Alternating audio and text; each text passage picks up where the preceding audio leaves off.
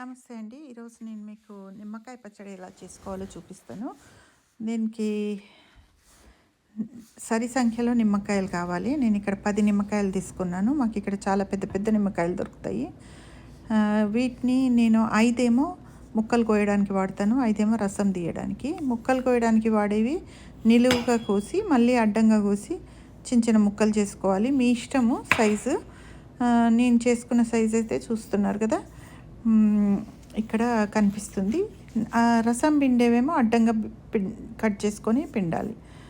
అయితే ఇక్కడ నిమ్మకాయలు ఊరేసుకుంటాం మనము, వేసి లైక్ ఉప్పు పసుపు వేసి ఊరేసుకోవాలి. కొలతలు చాలా ఇంపార్టెంట్, లేకపోతే నిమ్మకాయ పచ్చడి ఫ్రిడ్జ్లో పెట్టినా కూడా బూజు వచ్చేస్తుంది. కాబట్టి కొలతలు, ఉప్పు ముఖ్యంగా చాలా ఇంపార్టెంట్. అయితే నేను ఇక్కడ జాడి ఉంది.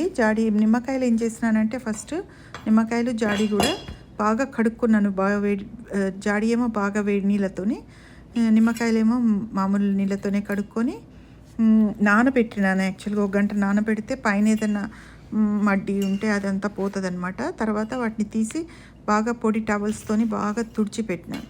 చూడండి, నిమ్మకాయలు రసం పిండేవి అట్లా అడ్డంగా కోసుకోవాలి. అయితే బాగా తుడిచిపెట్టి ఒక రోజంతా పెట్టి తర్వాత నేను కోసినాను అనమాట. నెక్స్ట్ డే ఇది చేసినాను. అది జాడి కూడా ఒక రోజంతా బాగా తుడిచి ఆరబెట్టినాను. దీనికి కావాల్సింది ఉప్పు పసుపు. ఇప్పుడైతే ఊరబెట్టుకొని మనకు కావాల్సినంత తీసుకొని 3 రోజుల తర్వాత కలపాలి. ఫస్ట్ తర్వాత మనకు కావాల్సినంత తీసుకొని పోపు పెట్టుకోవాలి. అది నిమ్మకాయ రసం పెడుతుంటే గుజ్జు వస్తుంది కదా, అది పడేయలేదు నేను. అదంతా పచ్చడిలోకి వేసినాను, గ్రేవీ లాగా వస్తుందని. రసం ఎంత వస్తే 5 కాయలకి అది తీసి ముక్కలలో వేసుకోవాలి. వేసుకొని ఇంతకుముందే నేను ముక్కలు కొలిచి పెట్టుకున్న కప్పుతోని 2 కప్పులు అయింది. మెజరింగ్ కప్స్ ఉంటాయి కదా, 2 కప్పులు కొంచెం ఎక్కువైంది కానీ పర్వాలేదు, 2 కప్పులు అని మెజర్ తీసుకుంటే సరిపోతుంది. దీనికి 2 కప్పులకి లైక్ 1:9 రేషియో ఉండాలి ఉప్పు. అయితే 2 కప్పులు అంటే మెజరింగ్ కప్స్ 2 అంటే 32 బిగ్ టేబుల్ స్పూన్స్ అవుతుంది అనమాట. అంటే 16 టేబుల్ స్పూన్స్ అయితే 1 కప్పు అట్లా అనమాట. అయితే 32 టేబుల్ స్పూన్స్కి మనకు 1:9 రేషియోలో చూస్తే 3.5 చెంచాల tablespoons, not teaspoons. 3 teaspoons అయితే 1 టేబుల్ స్పూన్ అవుతుంది. అయితే 32 వీటికి 3.5 టేబుల్ స్పూన్స్ ఉప్పు. పసుపేమో 1.5 అట్లా వేసినాను. 1 వేసినా సరిపోద్ది, 1.5 మధ్యలో ఎంత అయినా వేయచ్చు. మరీ ఎక్కువ వేస్తే కూడా పసుపు వాసన వస్తుంటుంది. అయితే వీటిని బాగా కలిపేసి పెట్టాలి. ఉప్పు కింద ఎక్కడ రెసిడ్యూ ఏమి ఉండకుండా మొత్తం తీసి లోపల పెట్టి జాడీలో పెట్టి మంచిగా తుడుచుకోవాలి. అట్లా ఏదైనా కారితే అది మంచి బట్టతోని కప్పాలి. అయితే బట్ట కడతాం మనం ఇక్కడ ఇండియాలో. అయితే లైక్ మనం పాత దూతి గుడ్డలు అట్లాంటి మెత్తని కాటన్ బట్టని కట్టేవాళ్ళము.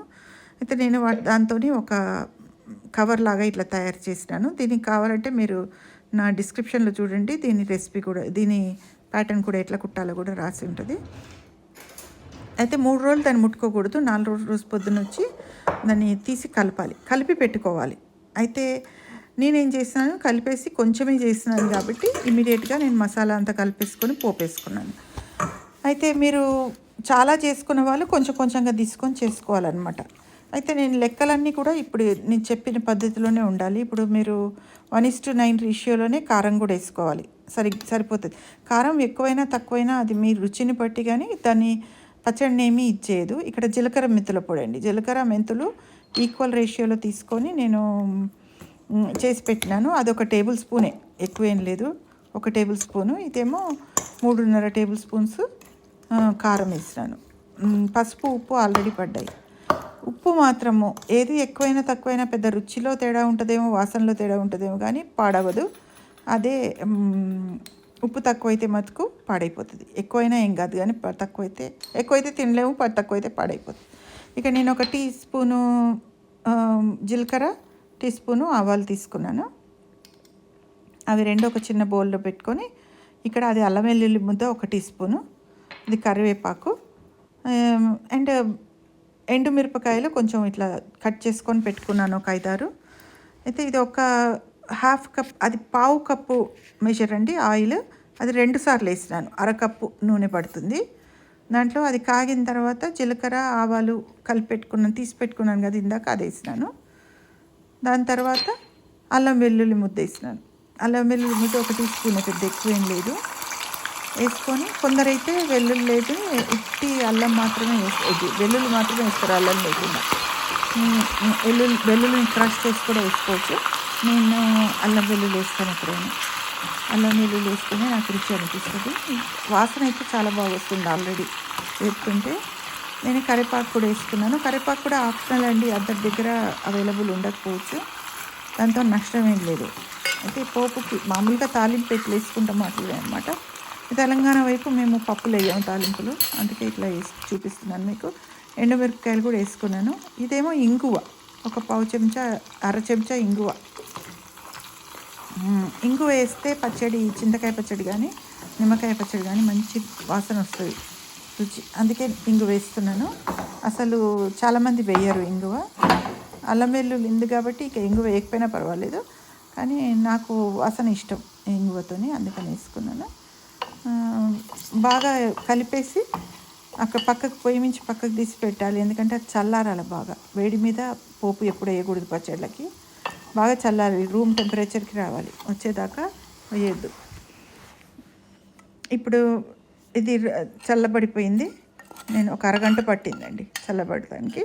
అప్పుడు తీసి ఈ బౌల్లో కలిపి పెట్టుకున్నాం కదా, అన్నీ వేసి ఉప్పు కారం అన్నీ కలిపిన తర్వాత దాంట్లో ఇది వేసేసి మళ్ళీ బాగా కలపాలి. బాగా కలిపి జాడీకి మళ్ళీ ఎత్తేసేయాలి. మళ్ళీ చుట్టూ ఏ అది లేకుండా ఏదైనా పడితే అది తుడిచేసుకొని మళ్ళీ కవర్ చేసి పెట్టుకోవాలి.